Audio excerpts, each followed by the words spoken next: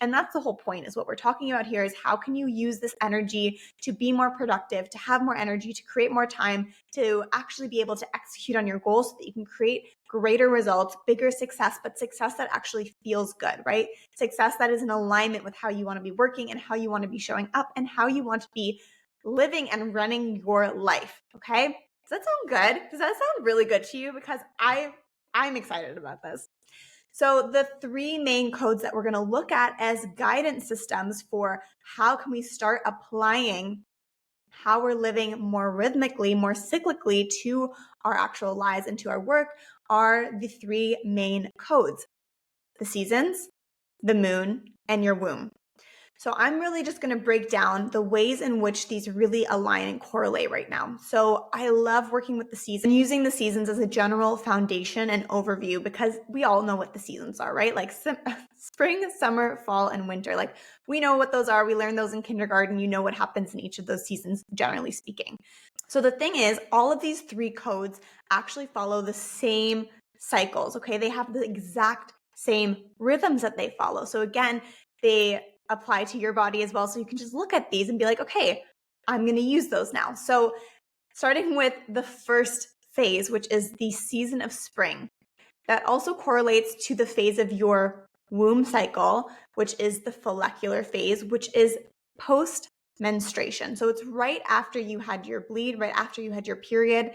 You step then into the follicular phase, which again is equivalent to spring. And then what comes on top of that with the moon cycle is the phase of the waxing moon. So basically the idea here, and I also like looking at the seasons and the moon, is like we're stepping into becoming bigger. So when we look at the moon is literally growing in this phase, right? And that leads us then to the second phase, which is summer. And summer also correlates to your ovulation in the womb phase and to the full moon in the moon phase. So literally from springtime, we have a waxing moon that's getting bigger. We get all the way to the peak in ovulation in the season of summer.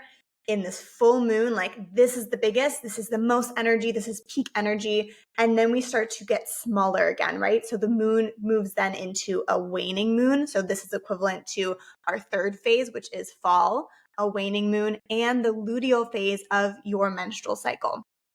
And then finally, we move into the fourth phase.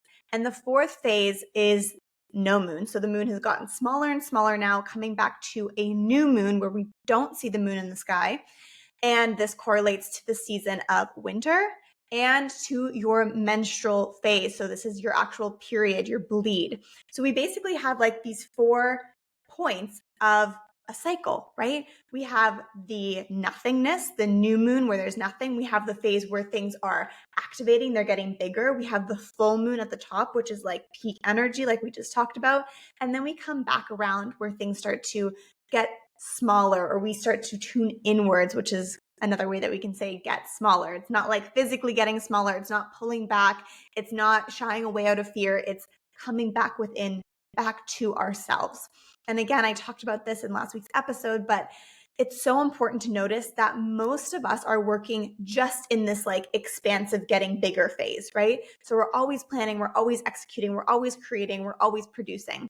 And we're really disregarding the time to actually have regenerative rest. We're disregarding the time to really reflect and to harvest what we've created and enjoy it before we jump right into the next thing. Does that resonate with you? So these are really the 3 main codes. Okay, let's just summarize them one more time. We have the seasons, we have the moon, and we have the womb. And they all follow the same 4 phases that we just talked about. And what we want to start doing is activating these codes in our lives. And the way that we can start doing this actually starts to create a really revolutionary approach to work.